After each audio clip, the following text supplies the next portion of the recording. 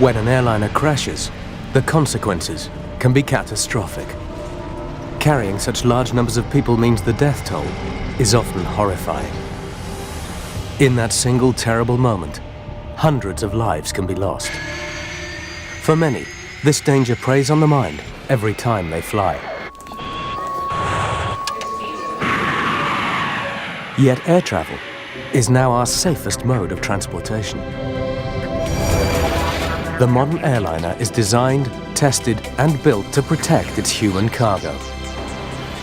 This is the story of how scientists have crashed and burned their way through some of the most sensational experiments in the history of crash testing to try and ensure your next flight is a safe one.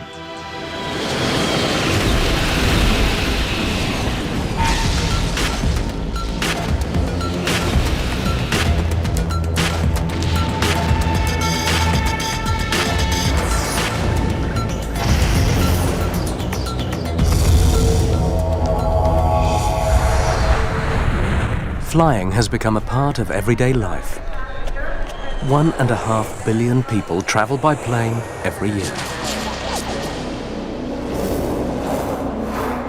To meet this demand, designers and engineers are building a new generation of bigger, better airplanes, capable of flying more people than ever before.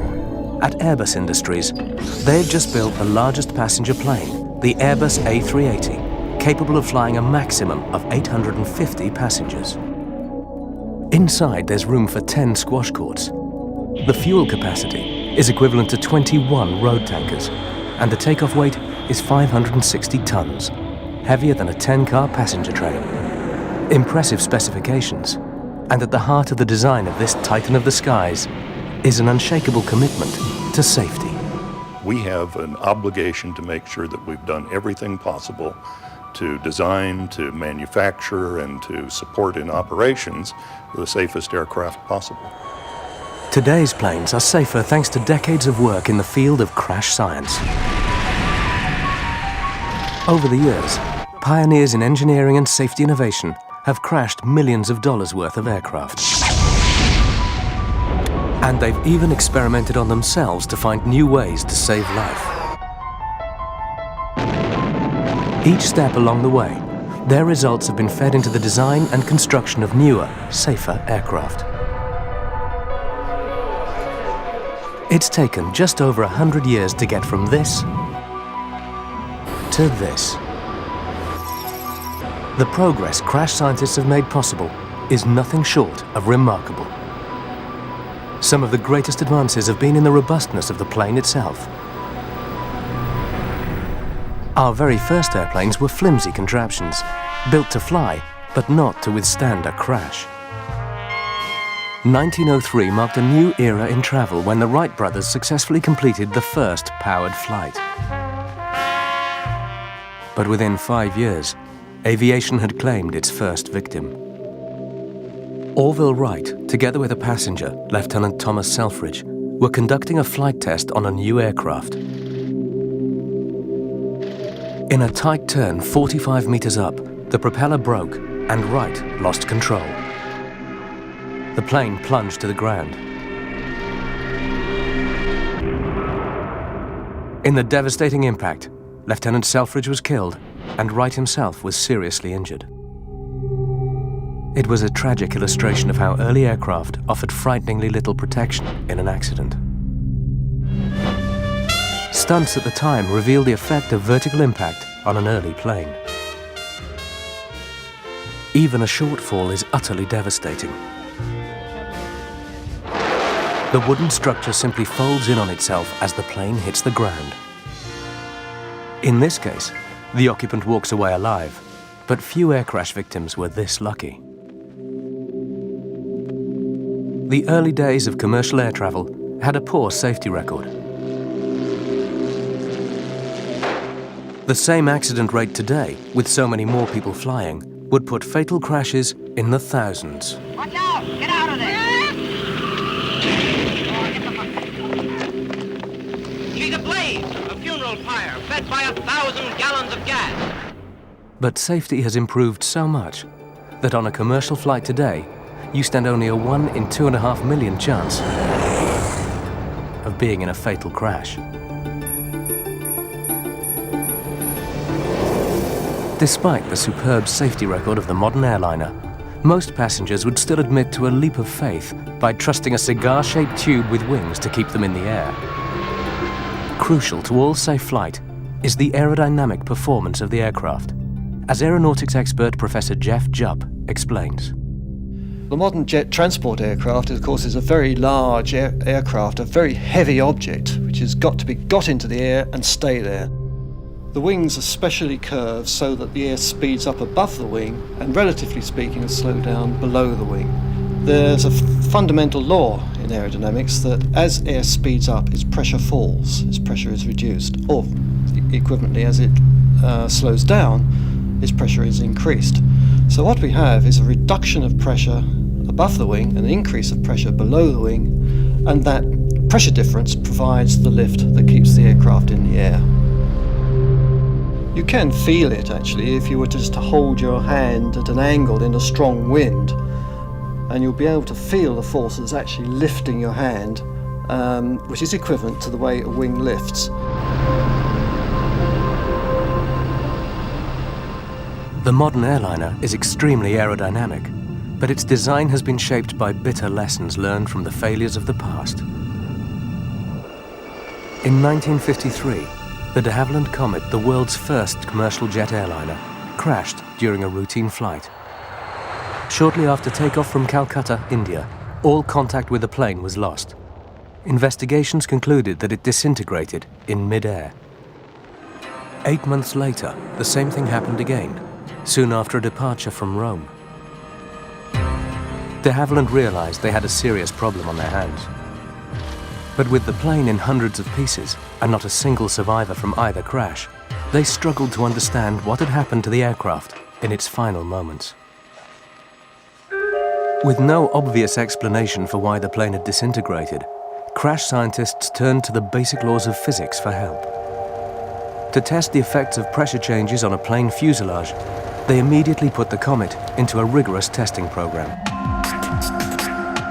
Submerging the fuselage in a giant tank of water, they recreated the pressure changes planes experienced during high-altitude flight to examine the effects on the structure. But even after extensive testing, there were no signs that pressurization was having any structural impact, and the Comet returned to service. Meanwhile, around-the-clock pressure testing continued. But just over 2 weeks later, disaster struck again. On the 8th of April 1954, another Comet aircraft broke up in mid-air shortly after takeoff. The wreckage plunging into the sea near the Italian island of Stromboli. No one survived. All Comets were immediately grounded, and crash scientists stepped up their efforts to solve the mystery. What followed has been called one of the most remarkable pieces of scientific detective work ever done. With the wreckage of the latest crash too deep to recover, scientists concentrated on evidence from the earlier crashes, subjecting it to detailed examination. Amongst the debris, scientists found a section of fuselage that bore the telltale signs of metal fatigue. It was a shocking discovery in an aircraft that was barely 2 years old. And the worst was yet to come. The aircraft that was still undergoing pressure tests ruptured, a 2-meter split appearing in its fuselage. At 9,000 meters, a rupture this big would have spelt disaster for an aircraft and its occupants. Professor Jeff Jupp explains how the disaster unfolded. So for the aircraft to fly economically, it must climb to a very high altitude, typically 35,000 feet. And at that altitude, the pressure outside the aircraft is very low, far too low for the livelihood of the passengers. So inside the aircraft, inside the fuselage, the cabin pressure is kept such that the equivalent altitude that the passengers feel is either at 8,000 feet or below. At high altitude, the difference in air pressure between outside and inside the fuselage creates enormous pressure forces on the plane itself. The pressure inside the fuselage is of the order of 3 times the pressure outside, and every square foot of fuselage is carrying a load of approaching half a ton. Every time the plane takes to the air, these repeated stresses take their toll.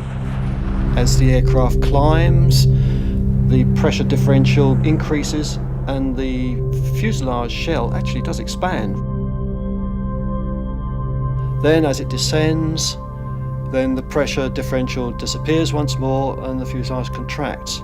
So at every flight, the fuselage is expanding, contracting, rather like the skin of a balloon. And if a crack were to form, which would cause the fuselage to break, well, we all know what happens when you burst a balloon.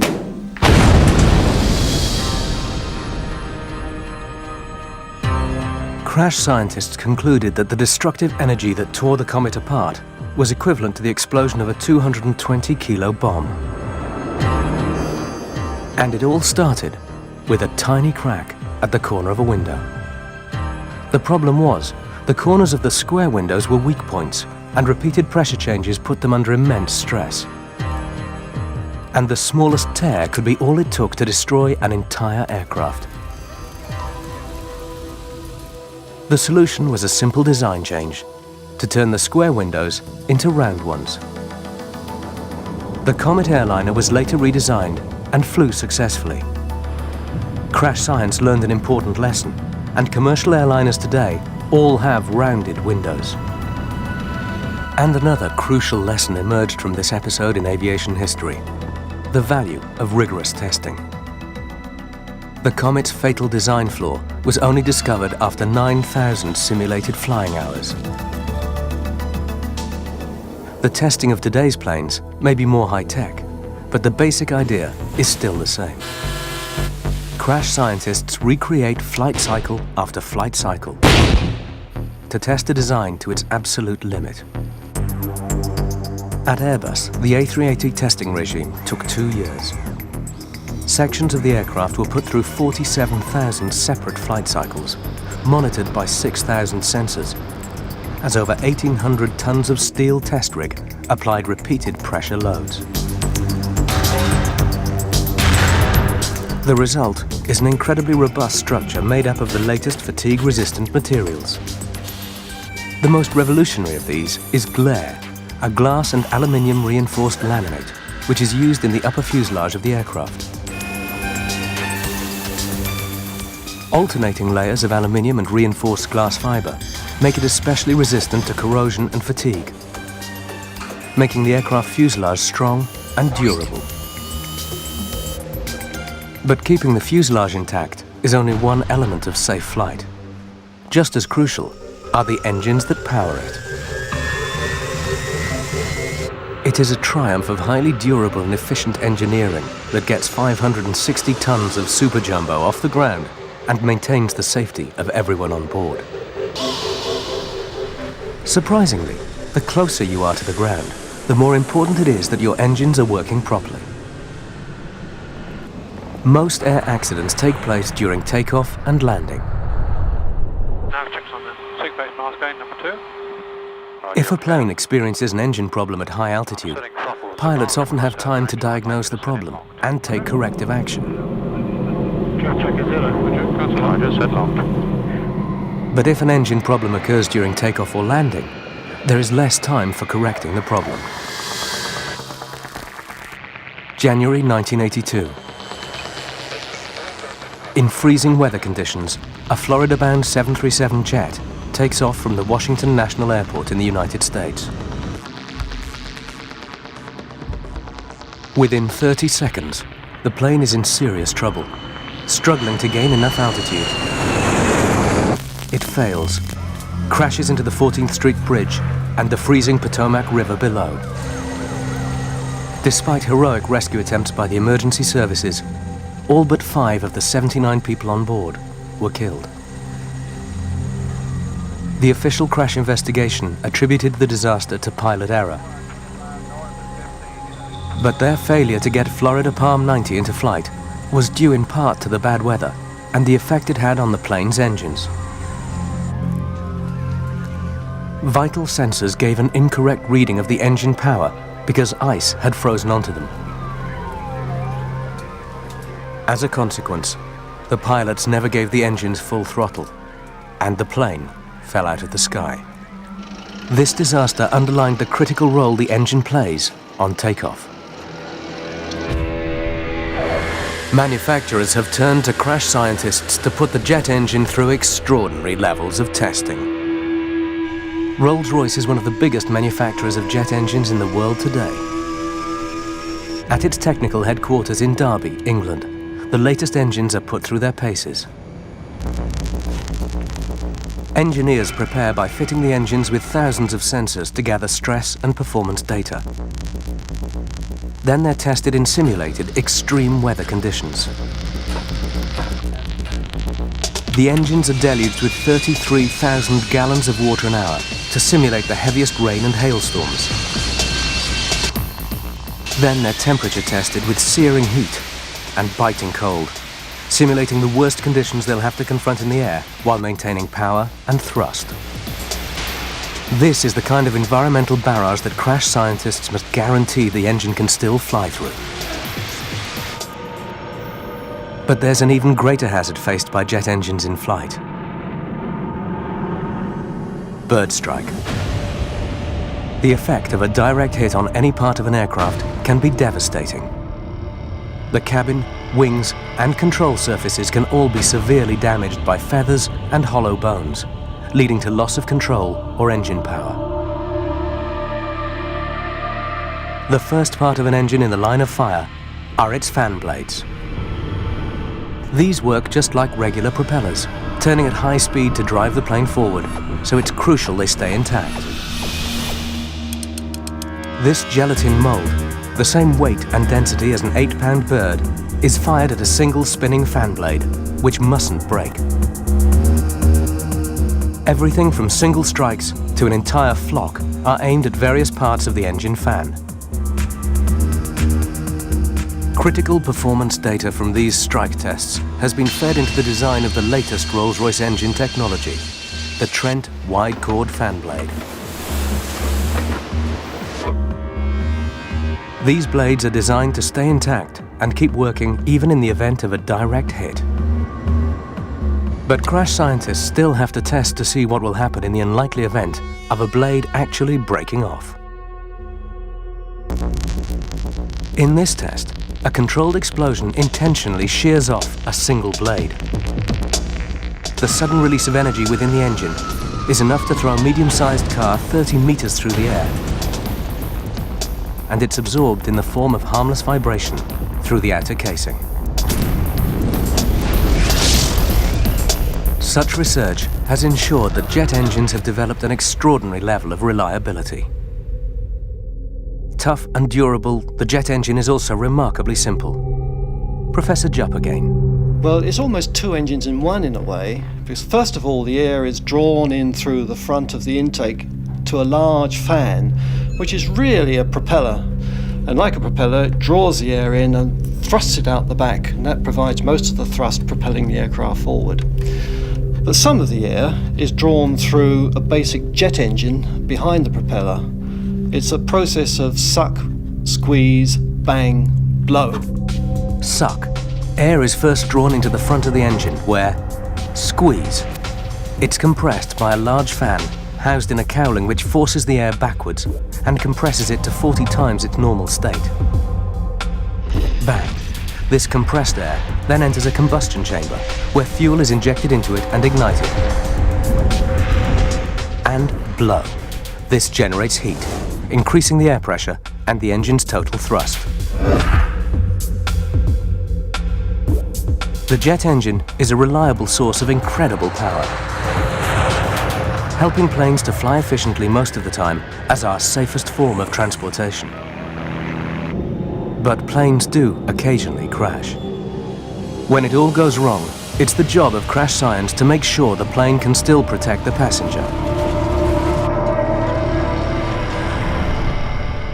Rising to the challenge is William Waldock, a professor at the Embry-Riddle Aeronautical University in Arizona. There's really three things that have to exist to make an accident survivable. First of these is the impact forces that reach the occupants have to remain within human tolerance. The second thing that has to happen, occupiable space has to be maintained throughout the entire impact sequence. We can't let the structure crush in on the occupant. We can't let the structure go away. We can't let that occupant be exposed to things that are going to hit them. And then the third thing that has to exist is the environment has to remain livable throughout the entire accident sequence and beyond. Failing in any one of these three criteria can result in injury or death. The outcome of one particular crash highlighted the fine line that exists between a survivable accident and one that is fatal. 1989. British Midlands Flight 92 experiences engine problems mid-flight and diverts to the nearest airport for an emergency landing. This was a scenario that pilots train for, and landing with one engine should have been straightforward. But the pilots shut down their good engine by mistake.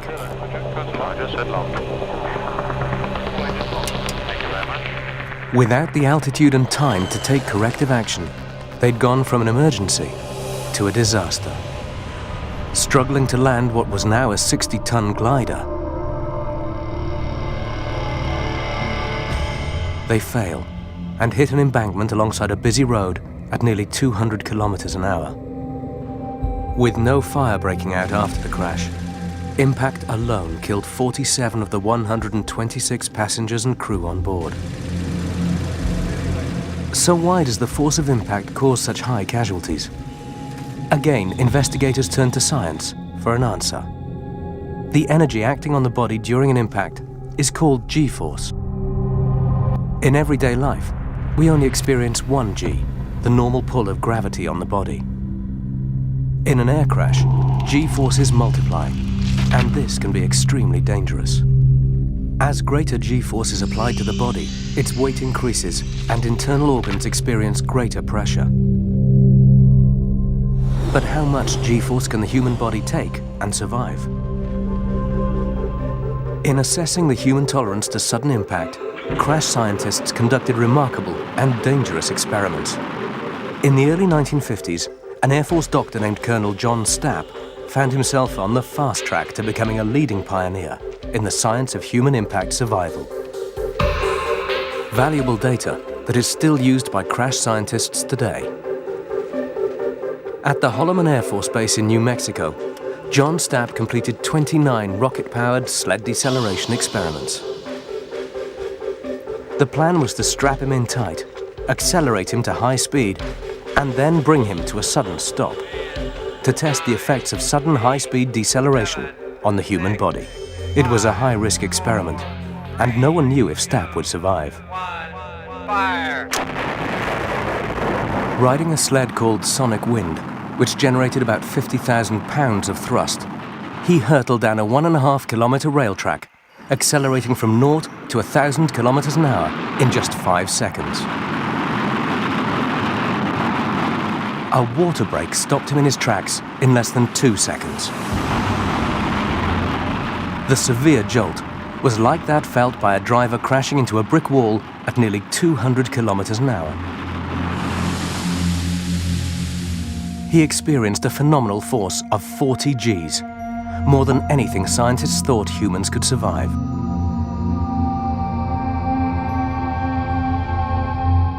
This faster-than-a-bullet ride left Stapp temporarily blind. He burst nearly every capillary in his eyeballs. But surgeons discovered that Stapp's retinas hadn't detached. Within minutes, he could see some vague images. By the next day, his vision had returned more or less to normal. Despite taking part in these high-risk experiments, Stapp lived to be 89 and died peacefully in his sleep. But while Colonel Stapp's sled rides had demonstrated G-force survival levels far higher than believed possible, they and the British Midland crash at Kegworth revealed another crucial aspect of impact survival. The body might be able to withstand significant G-forces, but for how long? Aviation safety pioneer Harry Robertson explains. The severity of an accident is not just the G-forces that are being generated or what's resisting them, like your arm or your neck or your head, but how long those Gs will last. We could put 500 Gs, for example, on your head for a fraction of a second, and you would hardly know that. But if it lasted for a half a second, you wouldn't be here today. In a plane crash, the duration of the impact phase can be intolerable. And it's not just the body that can be affected. Destructive G-forces are also brought to bear on the structure of the aircraft itself. And real-life crashes can demonstrate what happens when your environment becomes deadly.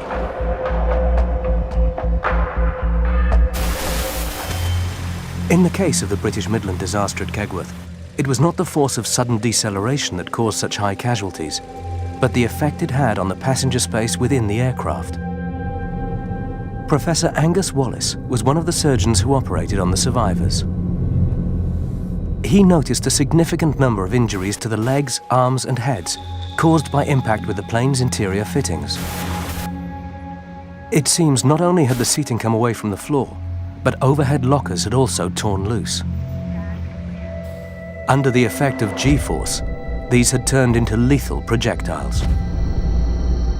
Experts believe that more people would have survived the crash at Kegworth had the interior fittings been more secure.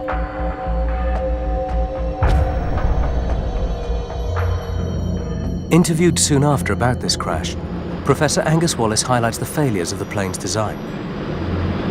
We have seen during the last 2 years a number of survivable air crashes, and it is clearly time for aircraft manufacturers to devote a little bit more time and thought to protecting the occupants if a crash were to occur. One particular weak point was the seating. Valuable lessons were learned as a result of this crash. The latest aircraft are fitted with seats that can withstand a force of 16 Gs, as compared to the previous designs, which could only take 9. This means the chances of survival are improved if the cabin interior can withstand at least the same amount of G-force as the human body.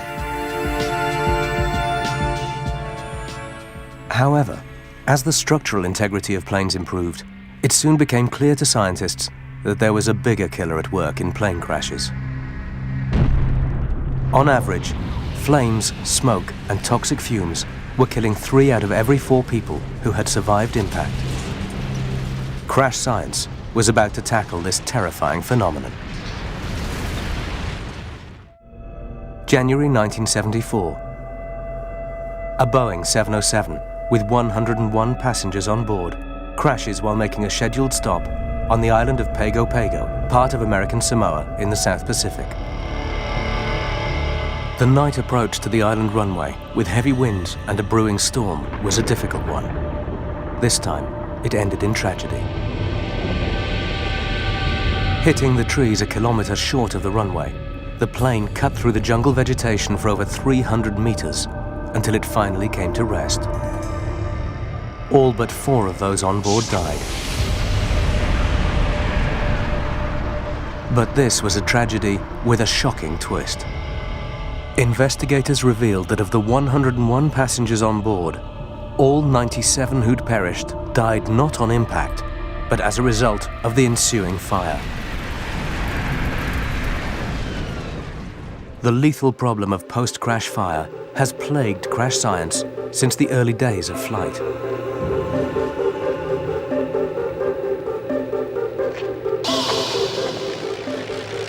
During the 1920s, the world's first scheduled air transportation system, the US Postal Service, flew mail all over the eastern United States. It was an extremely dangerous job, with 1 in 6 pilots killed in crashes, predominantly by fire. They were victims of poor design, and even minor crashes turned deadly, as entangled pilots were burned alive. The rising death toll inspired Jerome Lederer, a US airmail aeronautical engineer, to take action. He devised a series of full-scale crash tests, enabling him to analyze the sequence of events during impact. In 1927, at McCook Field in Ohio, he launched the de Havilland DH-4 mail planes at full power down a ramp into a brick wall. Filming these tests at high speed shows the crash in detail and reveals exactly how fuel lines are ruptured, spilling gasoline onto the hot engine and exhaust pipes, where it bursts into flame. So Lederer made a simple but highly effective design change. By lengthening these fuel pipes, they were less likely to be stretched to breaking point when the engine was wrenched to the side during impact. Without heavy fuel spillage, the chances of fire breaking out after a crash was significantly reduced, and the lives of many pilots saved. This was a first step for crash science in tackling the problem of deadly post-crash fire. But the larger the aircraft, the greater the fuel capacity, and the bigger the potential fire hazard. Crash scientists focused next on what was actually causing the fire, the fuel itself. Modern jet fuel is basically kerosene. If it's contained inside the fuel tanks of an airplane, it's stable and won't easily ignite.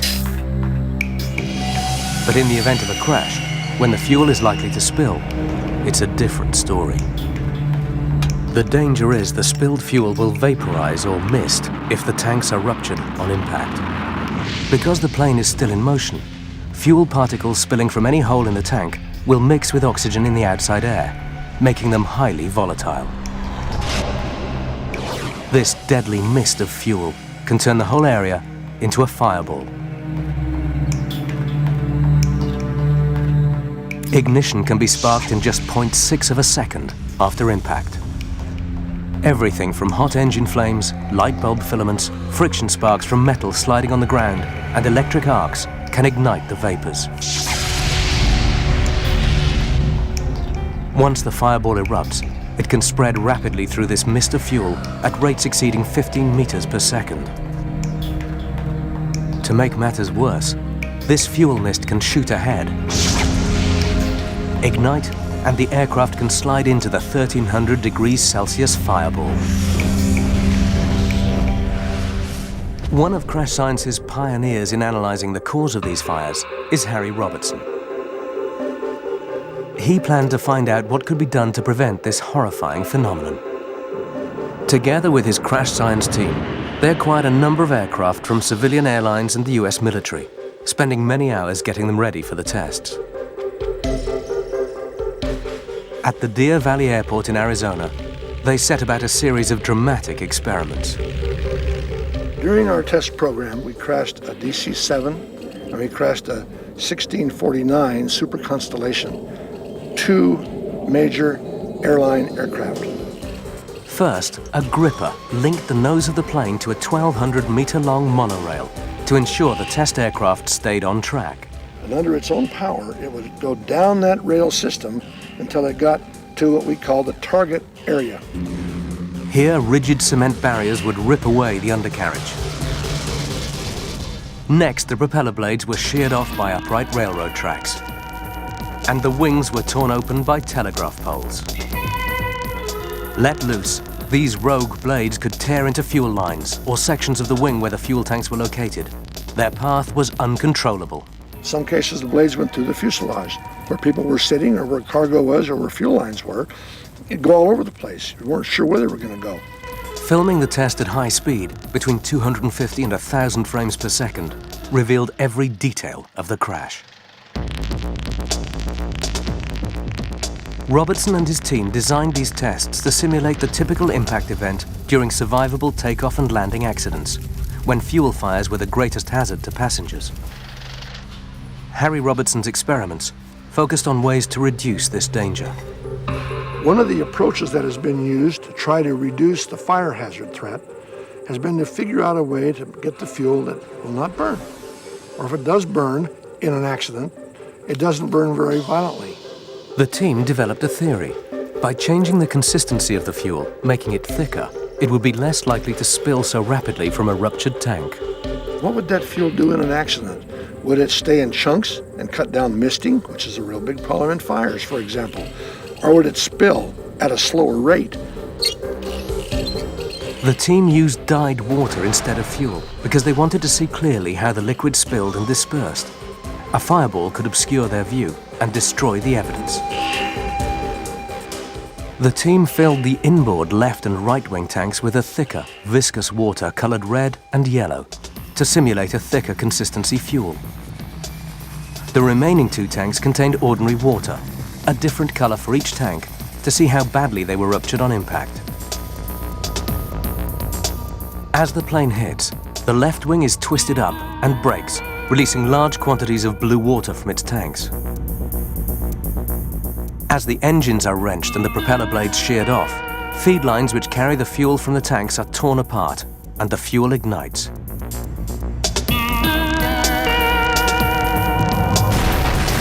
Out of the wreckage, the crash scientists begin their post-mortem of events and discover what happened to the thicker water, representing the more viscous fuel.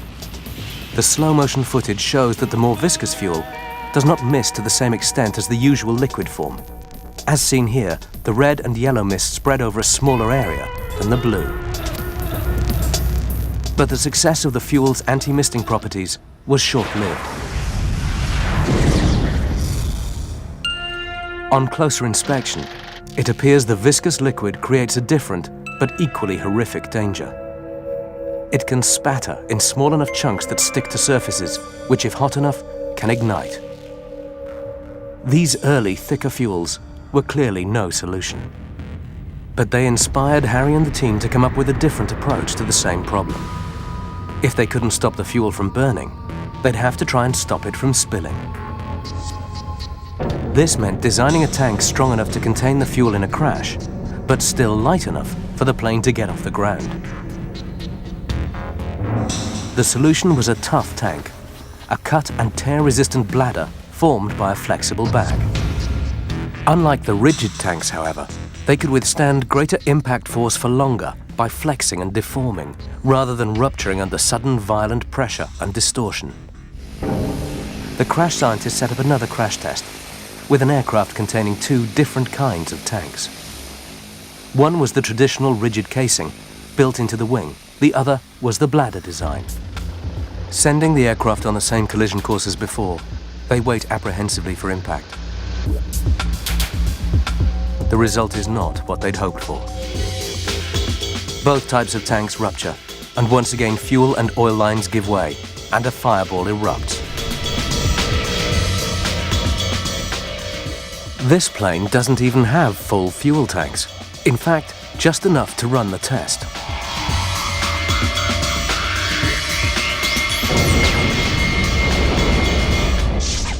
The experiment highlights the severity and complexity of the problem. How do you prevent the wing fuel tanks in a large airliner from rupturing? And how do you contain the spillage in the event of a crash? In large airliners, the most efficient place to carry fuel is in the wings. But a large wing requires a thick metal skin, and when this breaks, even the toughest bladder tanks would be torn open. Harry and his team went on to solve the fuel spillage problem in smaller military aircraft. But the problem of fire persisted on larger commercial airliners. In 1985, one particular disaster highlighted the urgent need for a new approach. In Manchester, England, a plane carrying 131 holiday travelers caught fire just before takeoff. Firefighters were on the scene within minutes, but still 55 passengers died.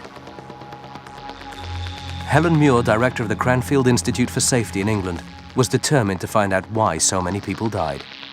An aircraft was taxiing down the runway and a fire occurred in one of the engines, which caused the kerosene to catch fire. Within 2 minutes, the smoke was in the cabin and the conditions within the cabin were non-survivable. Tests following the Manchester disaster showed the full horror of what passengers faced. Some of the materials inside the plane would have started to give off toxic fumes, turning the fuselage into a deadly gas chamber inside 2 minutes. These toxic gases can also explode in what's called a flashover, resulting in deadly temperatures. Helen focused on what happened in the crucial minutes when there was still a chance of survival. When we investigated the accident after it had happened, we knew that we had had 2 minutes with half the exits open, and still 55 people hadn't got out. So the question that was asked was, why was it when we tested the plane we could get everybody out when we really needed to? Sadly, we didn't. This accident was, for crash scientists, a graphic illustration of the difference between a test and a real-life emergency. There were a number of factors that appeared to be affecting survival. The science of psychology was part of the explanation. By analyzing human behavior, scientists could predict how people react to an emergency. Helen Muir and her team started on some groundbreaking research to look at these phenomena in more depth. The problem is, how do you design a test which is going to produce behaviour like would occur in that emergency without actually terrorising people or putting them at physical risk? Helen and her team came up with an ingenious solution to motivate a mad scramble for the exits. If I say to them, right, the first half of you on the aeroplane will immediately outside any door I open get a £5 note in your hand, what will happen? And I learned that people do extraordinary things for £5. I was amazed to find that when we'd run the first few experiments and we'd had people rushing to get out of the airplane to get these fivers, I showed the videos to some people who'd been on the Manchester aircraft and had survived the accident. They said, yeah, actually, that's just what it was like. Someone crushed me in my seat and went over me, and look, it's just happening there. Helen Muir's research showed that when faced with a serious danger, some passengers develop a survival tunnel vision. They take extreme action at the expense of others, fighting to get out. Others may freeze up and not move at all, blocking crucial escape routes. The tests reveal that when flight attendants take control of the evacuation, more people will survive as they keep the flow of passengers moving, preventing bottlenecks. The Manchester disaster also inspired a number of improvements to aircraft design itself. The most significant were the installation of emergency floor lighting to help guide confused passengers toward the nearest exit, and the use of fire-resistant materials inside the cabin to reduce the deadly effects of fire and smoke. Both features helped make the difference between death and survival in accidents since. The recent accident at Toronto has to some extent shown that a lot of the work which we've been doing in the past 2 decades is starting to be successful, because in that accident, the aircraft crash landed and the frame broke up, but there was a fire, and in that situation, all of the passengers and crew did survive. I think one of the things that impresses me about the aviation industry is whereas they compete fiercely on new products and price, there's a general understanding within aviation that we don't compete on safety. Meanwhile, attempts to find a less flammable fuel continued, leading to the most spectacular crash test ever staged. In America, the Federal Aviation Authority and NASA set up a test site at Edwards Air Force Base in California. The plan, to crash a Boeing 720 with a payload of 73 crash test dummies and 34,000 litres of fuel on board. The primary objective was to test how this fuel, with a new additive called FM9, designed to suppress fire, would perform in a crash.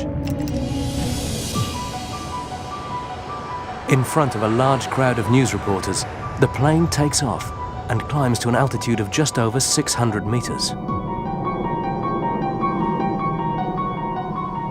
Directed by remote control, a path is set for the aircraft to land on a specially prepared runway. Awaiting the Boeing 720 are a number of obstructions designed to tear into the wings at specific points and release the fuel load. As the plane comes in to land, the plan begins to go wrong. It drifts slightly off course.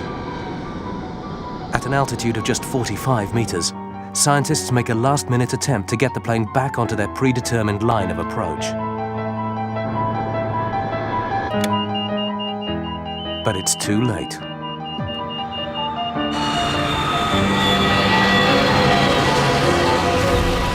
The plane hits the ground at an angle.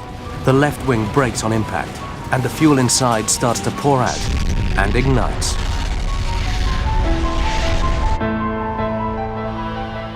the anti-misting fuel fails to perform as expected, turning the plane into a fireball and engulfing the fuselage. Though unplanned, the crash itself was far more realistic than intended. Few, if any, planes actually crash with their wings level. The real tragedy of this crash impact demonstration was the shattered hope of finding a crash-resistant fuel for the commercial airline industry.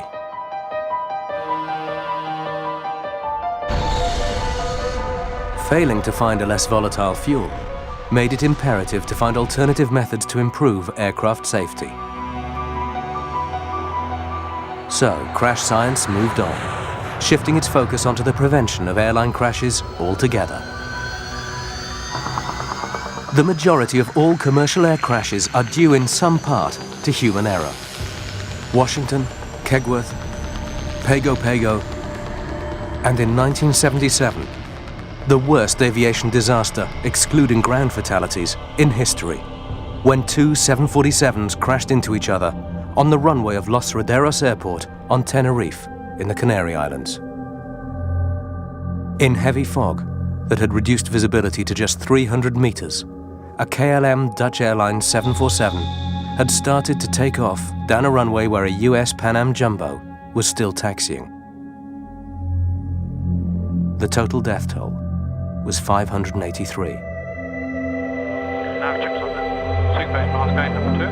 Roger, you're clear. The black box revealed the KLM captain was impatient to take off and had made decisions which led to the crash.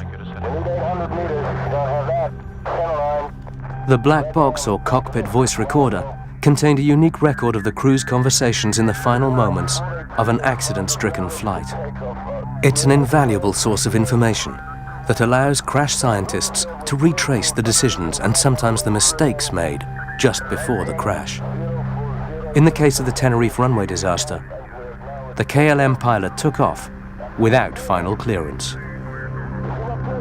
In the majority of cases, it's human error that seals the fate of the aircraft. And the role pilot error plays is one that crash science has tackled by using technology that protects the pilot from making the wrong decision.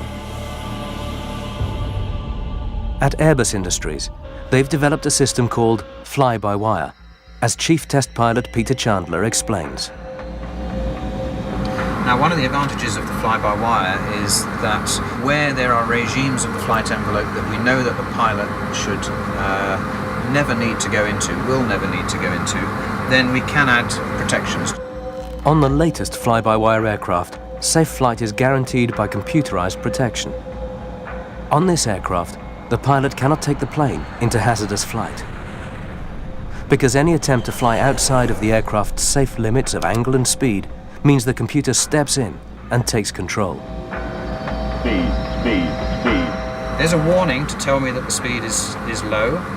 Now I'm in the protection. Speed, speed, speed. And now if I do nothing, even though I haven't moved the throttles, the engines have wound up to full power to try and speed me out of it. But crucially, while this technology is designed to increase safety, it's not meant to replace the pilot altogether. Whether we will ever get to a pilotless cockpit, I think it's not close at the moment. The way the whole aircraft operation, both the infrastructure from the ground side, the air traffic control is set up, means that you have to have the flexibility of somebody on the aircraft to make decisions. Even after 100 years of the most impressive design and technological evolution, the airplane still relies on the skills and experience of the human pilot. And today's crash scientists consider that the way to make flight safer still is to combine the very best of man and machine. 1 in 8 travelers in the United States still say they avoid flying at all costs. But despite our fears, this really is the safest way to travel, thanks to the crash science industry dedicated to safety. Today's airliners have achieved a level of safety that's unprecedented. Every year we move hundreds of millions of passengers safely around the world at levels of safety that are unachieved by any other mode of transportation. Today's planes are modern scientific marvels, which make it possible for more and more people to do what man was never meant to do: to fly.